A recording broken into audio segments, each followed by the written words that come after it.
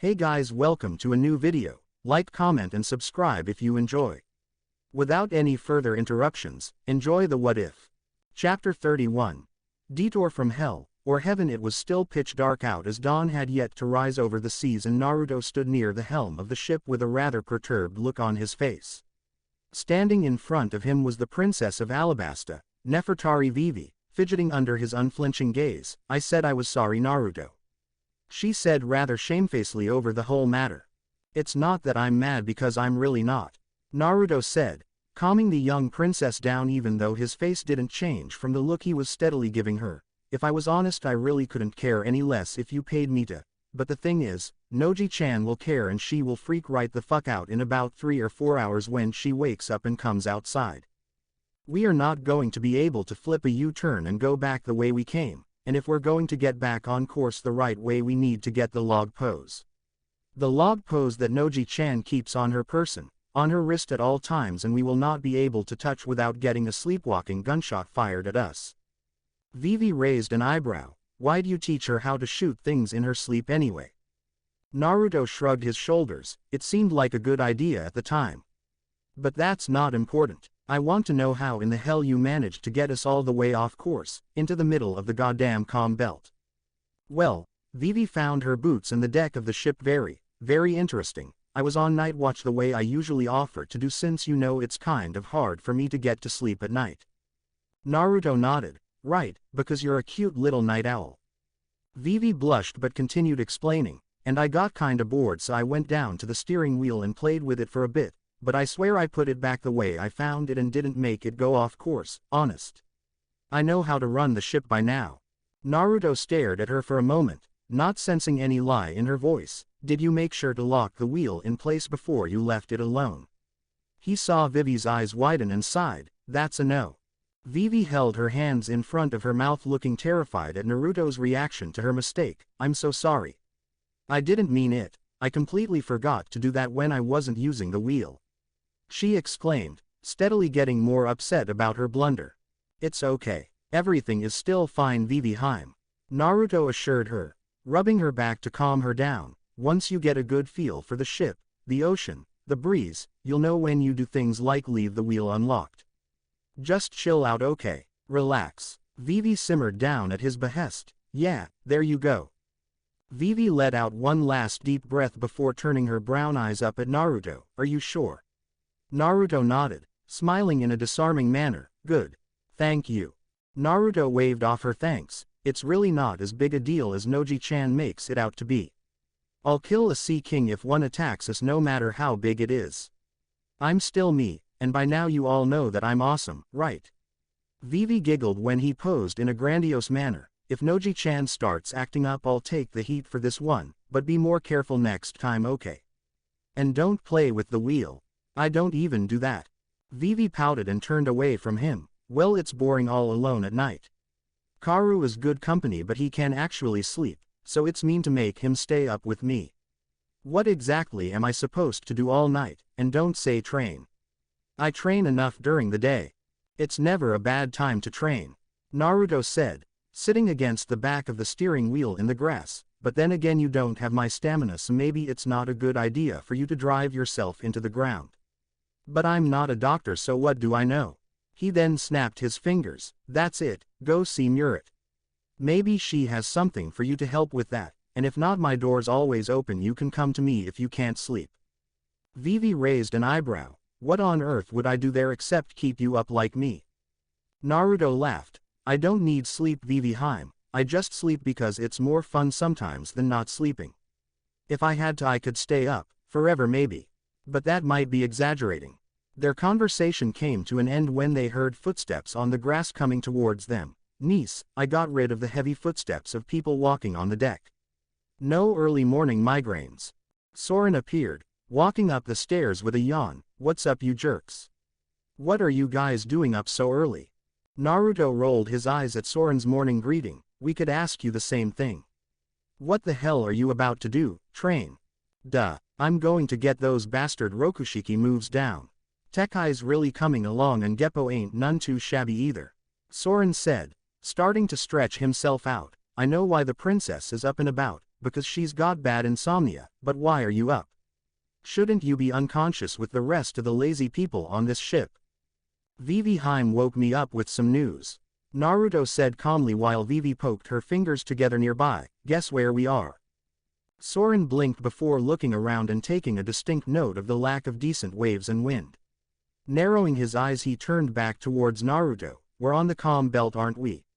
Naruto and Vivi both nodded. Nojiko's going to have a coronary, you know that right? Oh hell yes, I know that, Naruto said, standing back up off the ground, walking over to Vivi, who looked rather unnerved at the prospect of facing down a gun-toting Nojiko and explaining where they were and why. Vivi Heim, come here. Vivi quickly snapped to attention and did as he asked. Once she got close he put a hand on her shoulder. Do you want to tell Noji-chan why we're on the calm belt? He didn't even need to hear her answer. Just seeing the fear in her eyes gave him one. Okay, then sleep. A quick motion of his hand to the side of her neck followed by a squeeze put Vivi into sweet unconsciousness. Soren held back a laugh when he saw Vivi go out like a light. You're a better man than me, Uzumaki. You do know that after what you did to her guns, she's 10 times more dangerous with those damn things now, don't you? Naruto picked up Vivi bridal style and began walking towards the door leading inside. She still can't hit me yet if I try to dodge, I think. I'll just jump off the ship and run away for a bit. I think I'd rather fight a Sea King than deal with a scared and pissed off Noji-chan anyway. Soren grinned fairly. She can still hit you with the scoped rifle in the canopy if she wanted to, unless you're really willing to run more than 3 miles away from the ship. Naruto blinked and gave him a dry look. Bullshit. That thing only has a range of 2,500 meters. It doesn't even see half of that distance.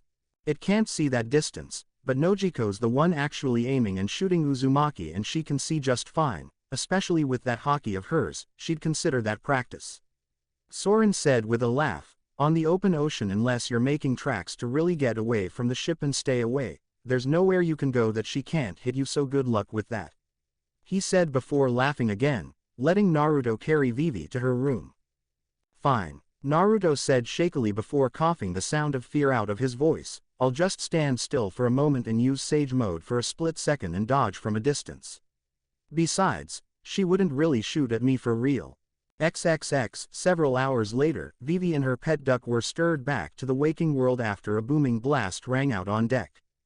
Vivi immediately grabbed her gear and ran up to the deck prepared for a fight, only to see everyone lazing around on deck with the exception of Polly and Nojiko, the latter of them looking out over the side of the deck through a pair of binoculars and frowning at whatever she saw in the distance. Reload it, Nojiko said, as Polly seemed a little too eager to grab another cannonball and load it.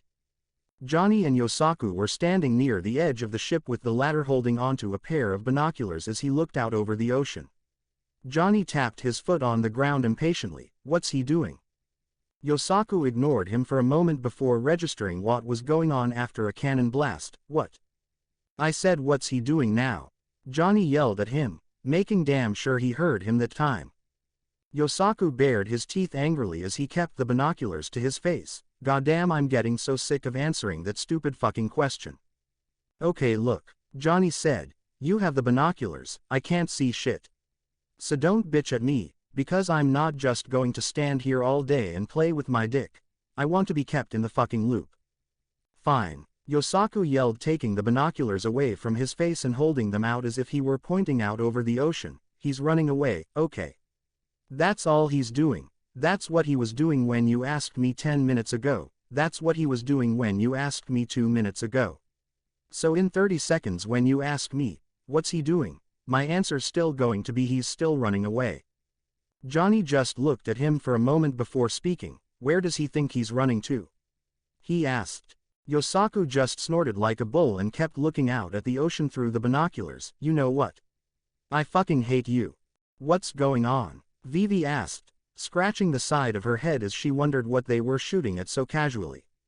Cannon fire usually meant battles. Despite her inexperience with it, she knew for a fact that battles weren't ever nearly this calm.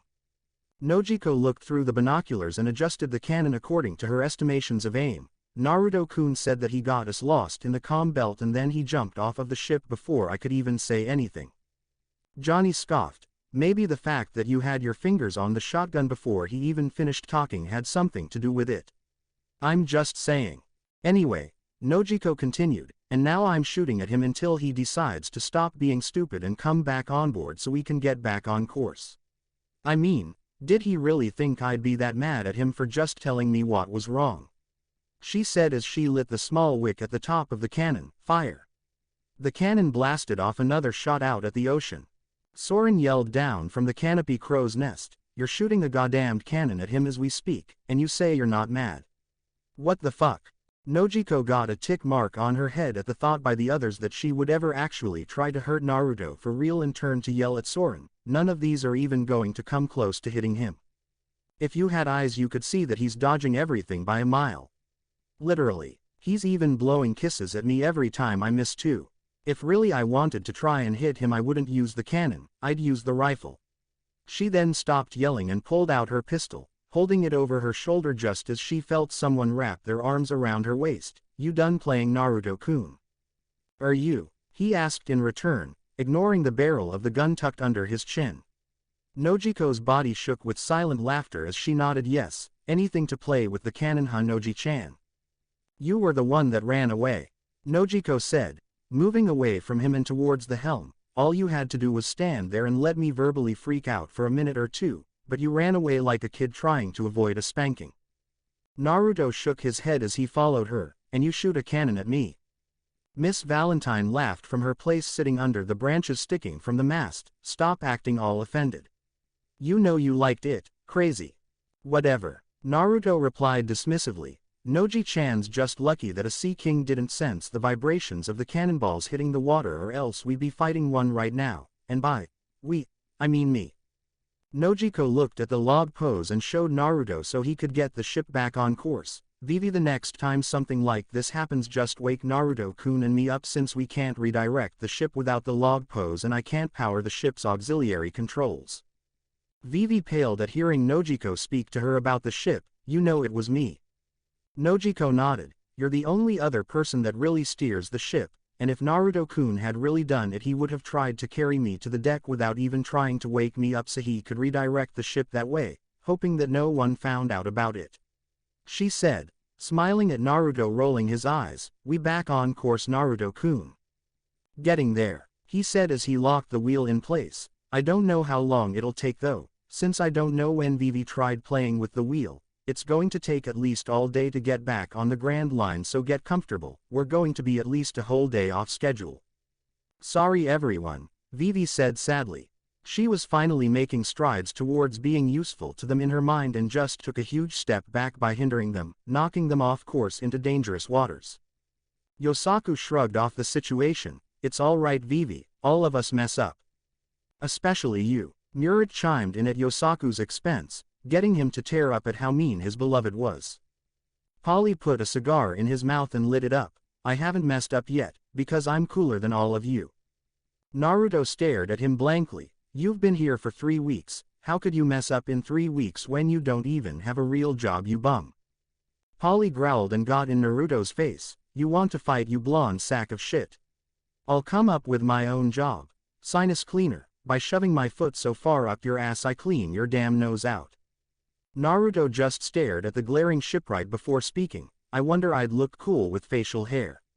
Polly face faulted out of his stare down with Naruto as the captain continued his random thought. A mustache would suck, but maybe a beard. He turned towards Miss Valentine. "Valentine-chan, would I be sexy with facial hair?" Miss Valentine put her green eyes on him and thought about it before speaking. "I think you'd look scraggly. I'm not sure you could pull it off, Naruto." "I don't like facial hair anyway. You're cuter without it," she said, winking at him. Polly walked off with a sigh, shoving his hands into his jacket pockets. "I swear you are the most random guy I've ever met in my entire life."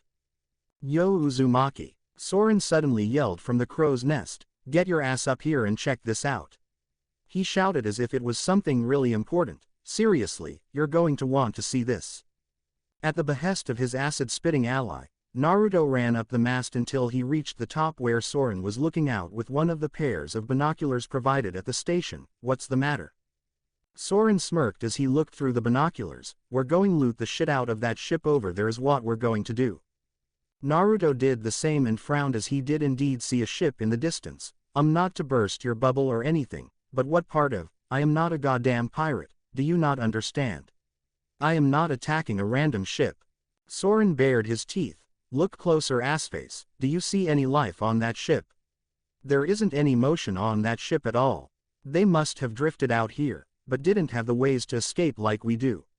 He shook his head in pity. Poor bastards didn't even get to die in a cool way like in a Sea King attack. If I kick the bucket out here, that's how I want to go. Don't we all? Naruto said in a sarcastic manner. Still, if they could salvage something useful from that ship, then there was no reason to let it all go to waste, and maybe he could at least give them a decent burial at sea if there was even anyone on the ship. Alright, let's do it. He then yelled down the mast at the others, Vivheim, turn us 35 degrees starboard and hold that direction. We're going to make a quick detour, not even out of the way. Okay, Naruto, she yelled back to him as she did what had been asked of her. XXX. As Vivi stayed aboard the natural disaster with Nojiko, the others jumped ship and boarded the one that Soren had spotted in the distance. Yosaku walked around the deck, reporting from the hold as he was the first to board. Okay, there isn't anything on this ship worth taking. Soren smiled sheepishly as he scratched his head through his bandana. Well, that's the risk you run when you try to grab stuff from an abandoned ship. Sometimes somebody already looted it before you got there. He shrugged and planned to jump back onto their ship. No harm, no foul, let's roll. That's the thing, Miss Valentine said as she looked around. It's abandoned. There's no blood, no signs of battle, there's just, she pointed at the statues of people littering the upper deck, those. Due to the motion of the ship at times some had crumbled, some were broken into segments. Most were whole however, but there were so many statues of humans that much to their horror they were all fairly certain they used to be the crew. Murat poked at the statues, as she noticed them frozen in time with lustful looks on their faces. Okay, what the fuck? Look at these poor suckers, whatever they saw last must have been damn good for them to look like this in stone. Johnny came back up from the hold after a more through sweep. Bad news, Naruto and Ikki. There are two things on this ship, Jack and shit. It's a bust. Fuck, Naruto muttered, stroking his chin. Who did this? Soren gave him a dry look as he pulled out his flask and took a sip. Do you really want to find that out for yourself, Uzumaki? Some things are just better left a mystery sometime. This ain't our problem and there ain't nothing we can do about it now. Sometimes you live and keep walking around, sometimes you get turned to stone, that's just how things work. He made a whirling motion with his finger. World keeps on turning, baby. Naruto gestured to the ghost ship they were on. And what if this happens to someone else? Yosaku and Johnny looked at each other before answering in an unsure manner simultaneously. Sorry about their damn luck. Murat picked up a disembodied stone head and waved it at Naruto. You want to go look for the person who did this? I wish I could slap you for your stupid hero complex, Naruto-sama, but you would probably kill me for it. Naruto frowned at her. I'd never kill any of you, and my hero complex isn't stupid. It's a habit cultivated over years and years of combat with dickheads and jerkasses that take over countries, kill thousands, and have god complexes that inspire them to try and take over the world. Right, Miss Valentine said with a smile. Anyway, I think we should get away from the creepy, bad omen ship with human statues stuck in the middle of the calm belt so that we all don't die a nameless death like this. All for getting the hell out of here. Aye, everyone on board said, eliciting a sigh out of Naruto, who relented and allowed everyone to leave. Fine, but this isn't over, Naruto said, walking to the edge of the ship and jumping back aboard theirs. Yes it is, Soren said cheerfully, because we aren't going looking for a stupid, useless fight that will cripple half of us and you don't have any idea on how to find who did this. It's way over, Uzumaki. Deal with it. He was suddenly splashed by a wave of water. Asshole, Soren muttered as he wiped the seawater out of his face. XXX. In the distance, on board another ship, a woman walked calmly towards her destination. She wore a black short jacket with orange frills that remained open to reveal her bosom and torso, as well as a black and yellow cloth around her waist with an orange belt and long black stockings going down her legs. She had her short black hair in a bun on top of her head and a cigarette in her mouth.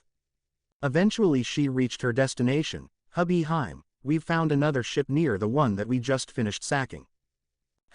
A woman replied in a rather detached manner, "Any colors, Rindo?" The woman, Rindo, responded with a nod, "Well, the ship is orange, and they're flying a Jolly Roger. So what are our orders? Change course to give chase to that ship.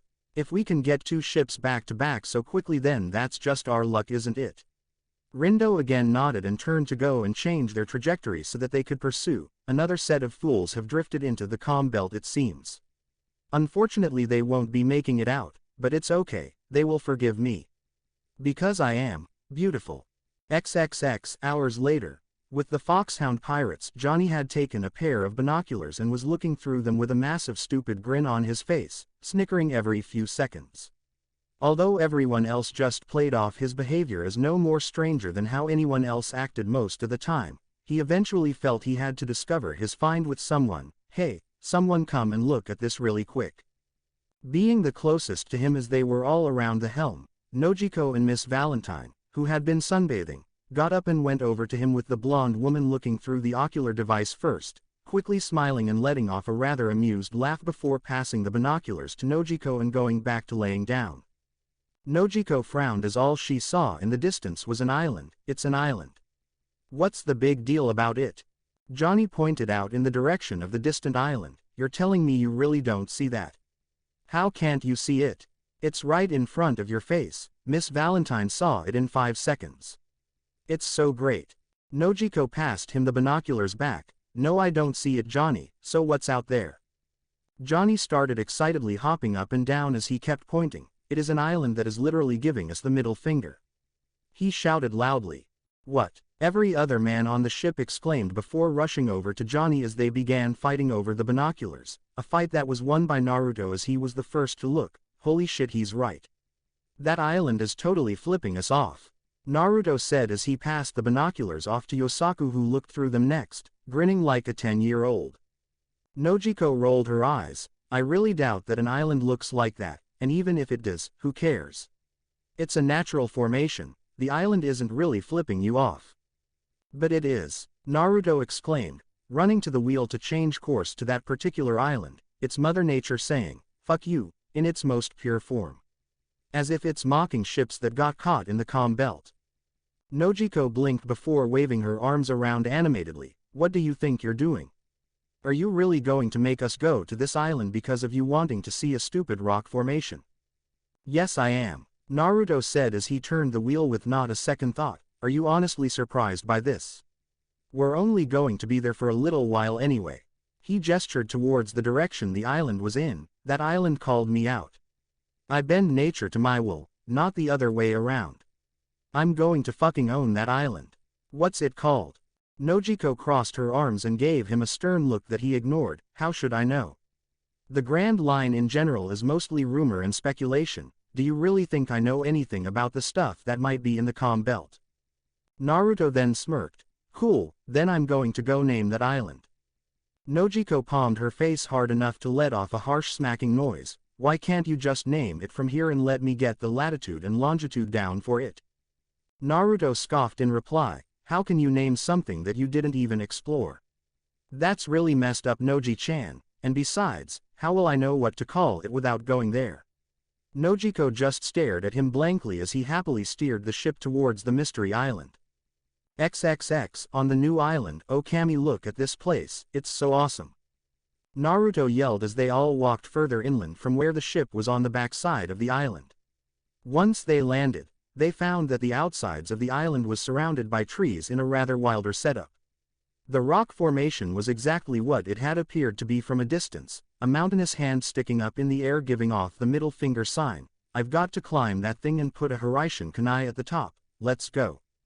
Vivi stared up at the obscenely gesturing land formation rather distastefully. "Why? Why not?" Soren answered in the captain's place as they walked through the forest. "I can see why he'd want to come back here. As far as I can see, it's a really nature-heavy island, untouched by anyone, so this meditating fool would feel right at home here, wouldn't he?" Murid had Funkfried out in his elephant form as he carried her on his back, happily looking around at his surroundings. Murid rubbed the sword elephant on top of his head. "Funkfried seems to like it too. It's really peaceful here, look," she said as she pointed at a monkey that was sitting in a tree watching them. Soren walked towards the tree that the monkey was in with a smirk on his face. Well, would you look at that? This thing doesn't seem to be scared of us at all. The monkey then proceeded to calmly flip Soren off with both hands. What the fuck? You stupid monkey. Soren, Naruto yelled, keeping the man from possibly attempting to kill the poor creature. It's a monkey. It lives by a mountain with a hand that does that 24/7. Don't you think it would have picked up how to do that itself? Soren growled as he looked between his crew and the monkey. It flipped me off right after I said something. I think it knows what that means, and it's calling me out.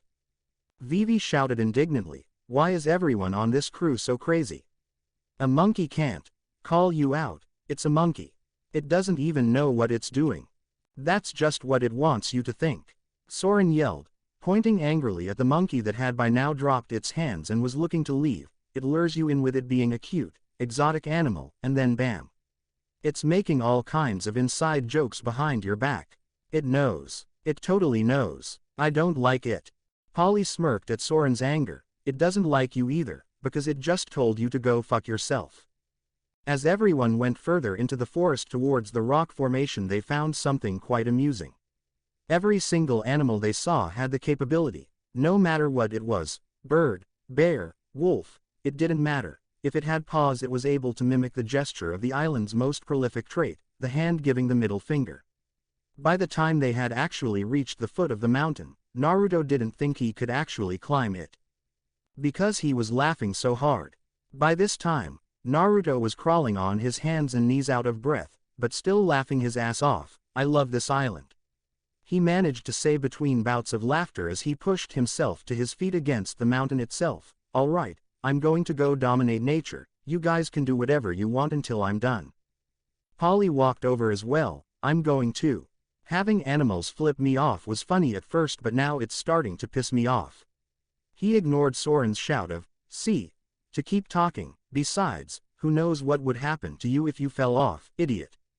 Murat turned Funkfried back into a sword and headed over to the mountain climbers. Can one of you take me? I want to see if there are any decent medicinal herbs up there that I can use. We found a few walking through the forest. Naruto nodded before turning to the others. So anyone else want to go? Everyone else shook their heads. Vivi looked over at a nearby pair of flamingos. That flipped them all off. I don't feel like climbing a mountain.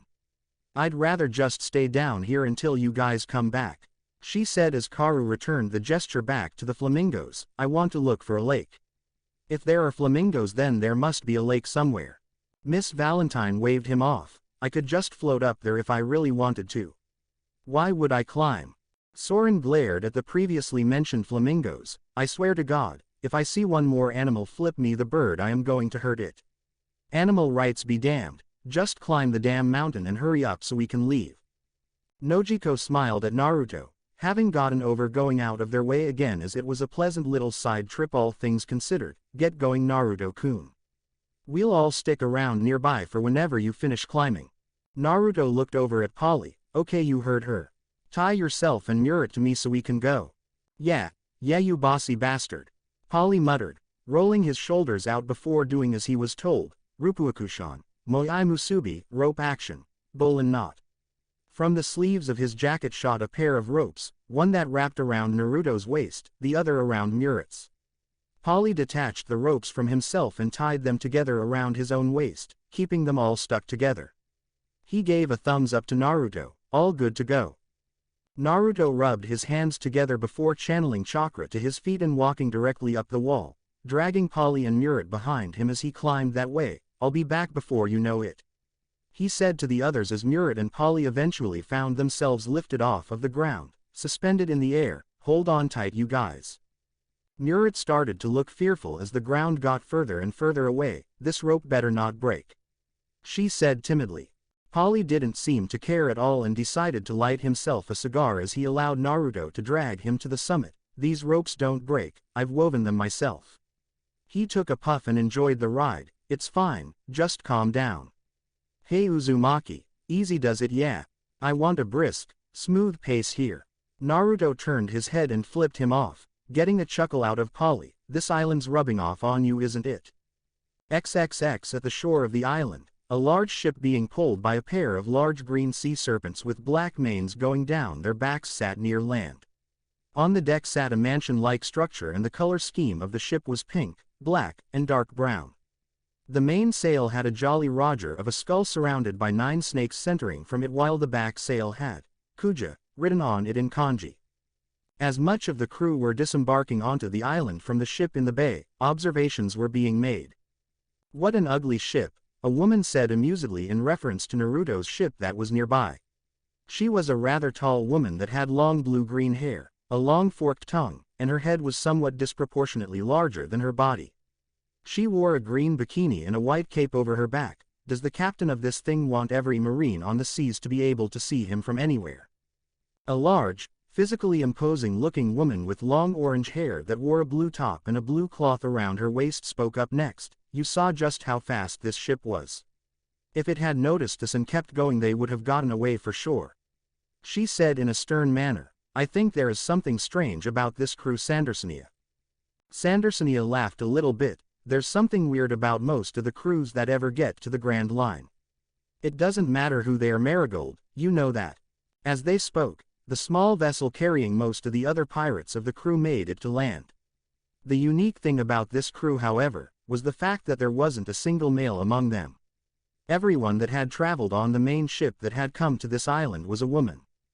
"Steady the vessel for hubby Heim. Don't let any drop of the ocean touch our pirate empress." From the small ship, a woman stepped off at the behest of her underlings. Unlike the 2 women that were already ashore, she was heart-stoppingly beautiful.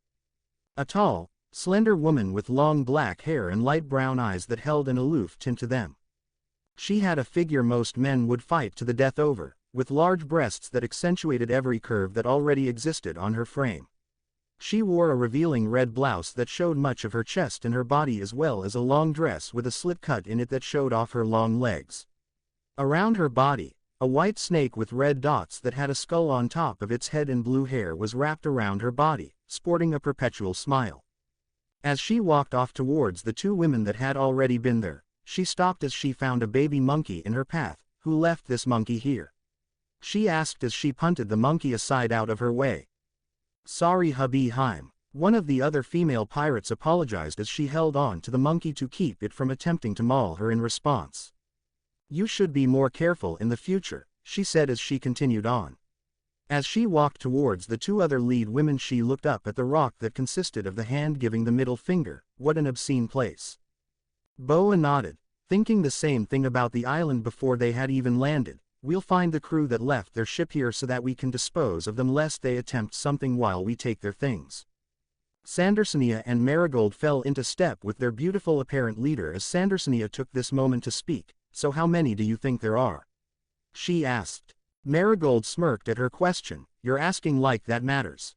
We're the Kuja Pirates, led by Pirate Empress Boa Hancock. Do you really think a ragtag group of pirates are going to be worth anything here? XXX, with Naruto, I rule this mountain with an iron fist."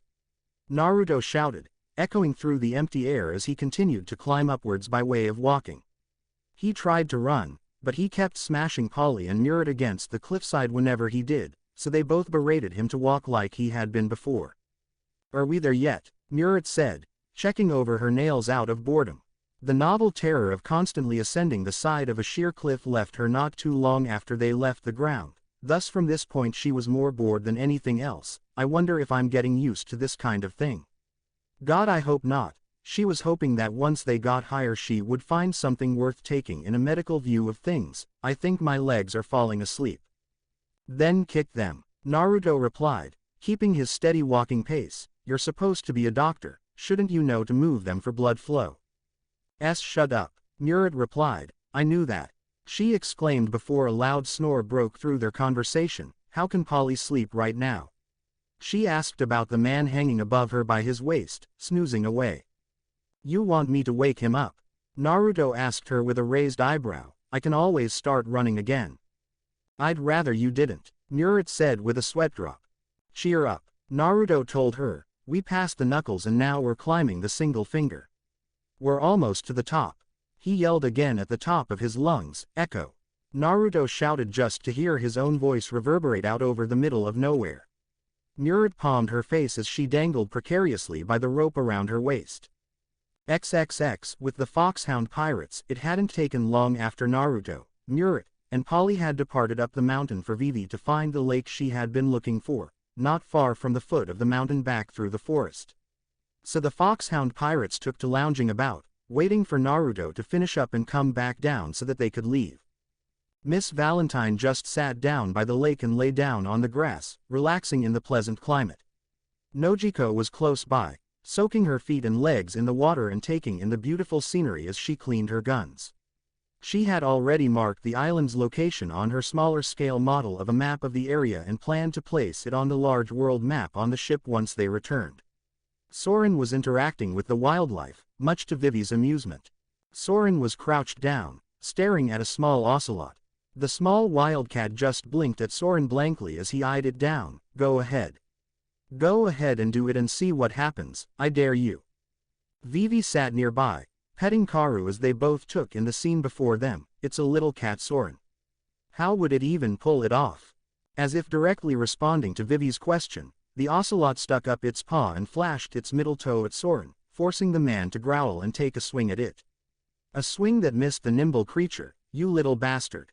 Soren yelled over Vivi's laughter. Eat this. Rankyaku, storm leg. Soren threw a kick that sent off an air blade but missed. Growling at his miss, he began to chase the cat that had gone over near Nojiko and Miss Valentine. Once he began to disrupt the girls in his pursuit of the animal, Miss Valentine grabbed a hold of his leg, holding him in place. Kilo henkin, kilogram conversion. She said disinterestedly as Soren found his body weighing him down more than enough to let the ocelot get away. He stopped trying to chase after it and stomped over to Miss Valentine, who smiled at him innocently as she grabbed his leg again and turned off the effect of her technique. I wasn't going to hurt it. I was just going to teach it a lesson. Sure you were, Nojiko said in a deadpan voice, showing just how much she knew he was lying. From the water, Johnny and Yosaku emerged, shirts off with their weapons attached to them, Johnny smirking while Yosaku glared at him. Damn you. You think you're better than me? Well, judging from the fact that I touched the bottom of the lake and was able to stay down there longer than you, yes I am. Johnny taunted. Even with that anchor on your back you still couldn't stay down there longer. Rematch, Yosaku suggested. Loser sharpens the winner's sword. Johnny confirmed as they both dove back down under the water to renew their challenge. Vivi and Karu walked around the lakeside, content with the lazy feeling of the day's events. She honestly loved being a part of the crew. All of the places she had seen, all of the weird situations she had found herself in. She almost wouldn't have believed she could do it if she hadn't lived through it all. They didn't baby her or treat her like royalty either, they just treated her like a normal girl. She had first felt that way with the Straw Hat Pirates, but Vivi could now honestly say that she felt like the Foxhound Pirates were akin to family. They even felt fine with bearing the onus of kidnapping her just to keep her country safe. This is nice, isn't it, Karu? She asked her feathered companion, getting a positive quack from him before his head turned towards the forest in suspicion. While cleaning her guns, Nojiko's ears picked up sounds of people moving closer that broke the tranquility. Miss Valentine picked up the tension on Nojiko's face seeing the younger woman put all of her guns back in their rightful places on her person as she drew her go-to guns, her pistols. What's the matter, Nojiko? Nojiko put her waiver skates on her feet and lifted her guns towards the forest near them. Everybody get ready to move, now. Soren heard the seriousness in her voice and cracked his neck as he loosened his body up. We're backed up against the lake so we can't really run away here. Me and Valentine can't swim and the idiot brothers are holding their breath underwater as we speak. A smirk crossed his face. Guess we've gotta fight, huh? Miss Valentine stood up, twirling her umbrella before setting it over her shoulder, a frown on her pretty face. Wildlife. Nojiko shook her head as Vivi and Karu made their way back over to the others. Nope, definitely people. The footsteps aren't anything like an animal's. It's not Naruto-kun, Murat, and Polly either. There are way more of them. Vivi gulped as she grabbed the weapon that doubled as her belt. Maybe Naruto's playing around with his clones or something like that. Soren let out a laugh. You can keep thinking like that if you want to. The rest of us will settle for staying alive. Vivi puffed out her cheeks indignantly at being made fun of by the former thief. Dodge! Nojiko shouted, turning her waver skates on and breaking away just as a mass of arrows ripped from the forest at them, prompting them to take evasive maneuvers. Soren aptly dodged the arrows fired at him, and was glad that he did as he saw them make contact with the ground and smash small craters into the earth. Man, I'm glad I'm faster than those stupid arrows. Vivi and Karu on the other hand were using every single scrap of Naruto's critical edge dodging training that they had to keep out of contact with the arrows as well as avoiding slipping into the craters formed. Who's attacking us?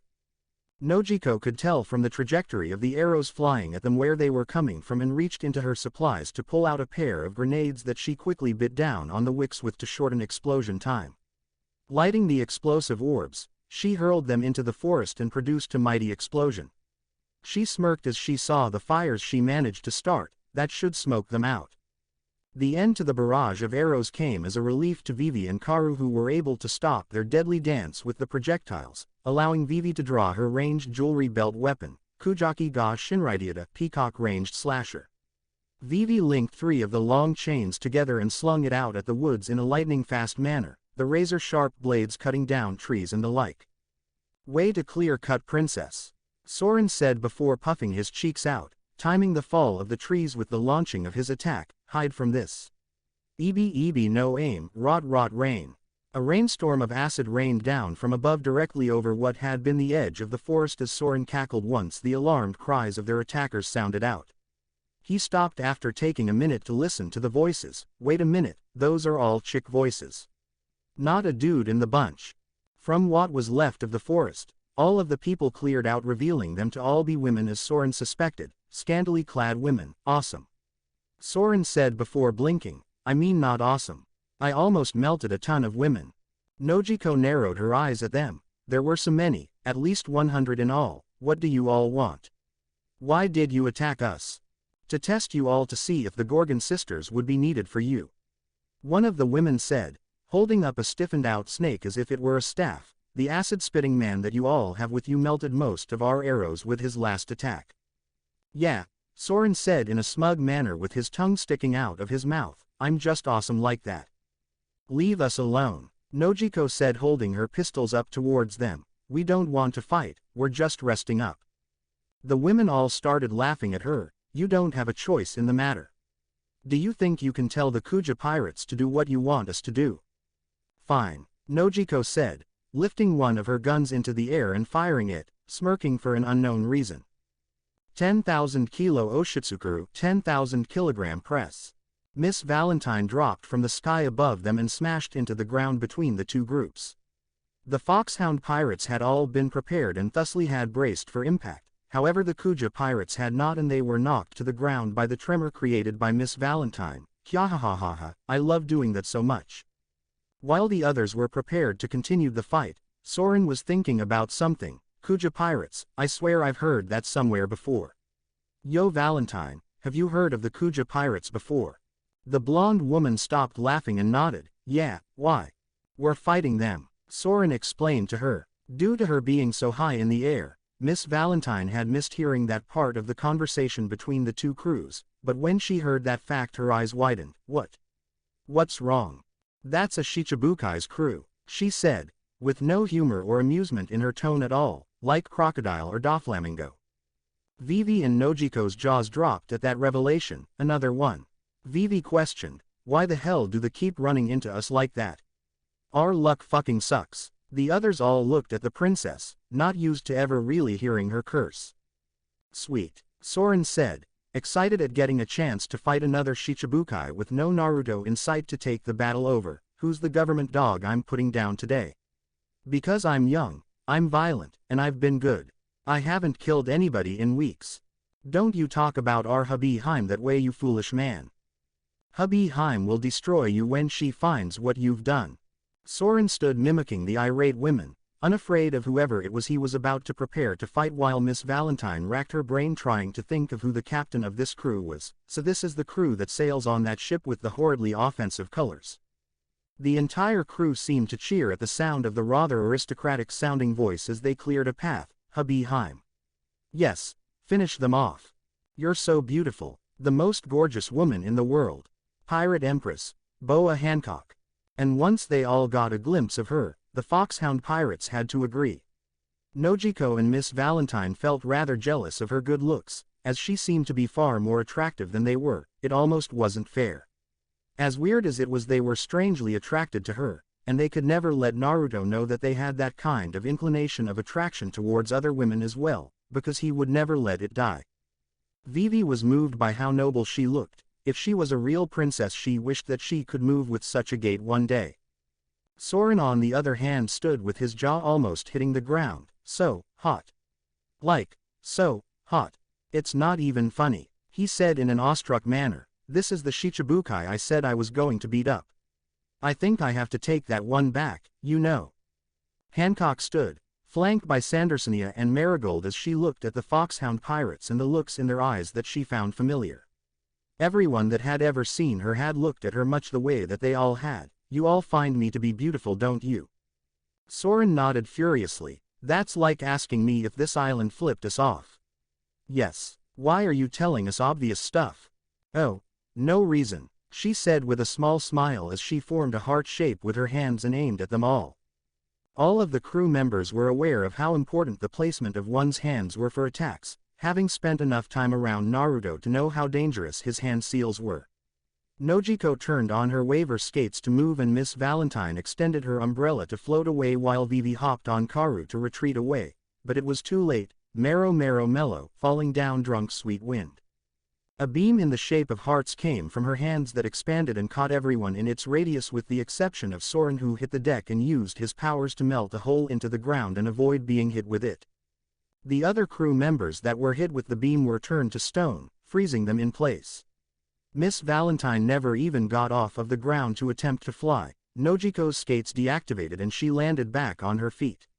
Vivi was frozen as she sat on Karu, who was also frozen.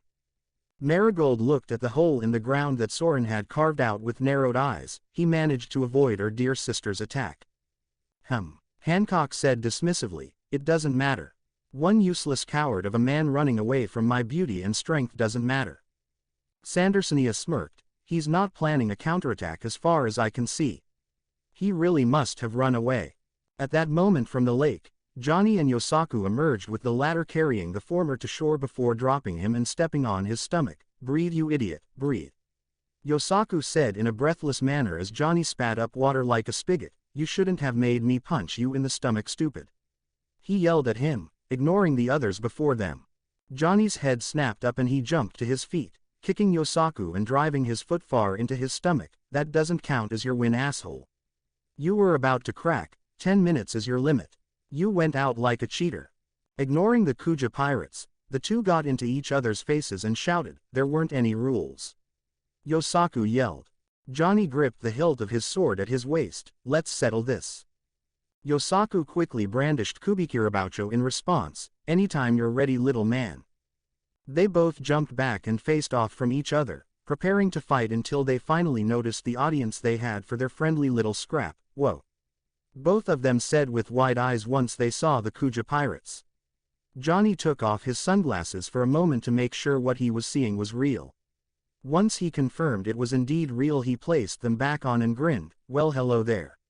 Yosaku followed his lead and put his sword up. Hancock just looked at them and slowly raised her hands up in her heart shape again. Marrow marrow mellow, falling down drunk sweet wind. And just like that, they were turned to stone. With that done, Hancock turned on her heel and walked away back towards her ship. Take those men. We can find use for them and then dispose of them, she said without much care over the matter, with the exception of the distaste she said them with, referring to Johnny and Yosaku. XXX with Naruto. Naruto finally reached the summit of the mountain and threw his hands in the air in victory. Yes. Yes. Oh Kami, yes, he exclaimed. Who's the man? He waited for his echo to dissipate. I'm the man. He finished, exclamating his point by stabbing a Hiraishin kunai directly into the rock.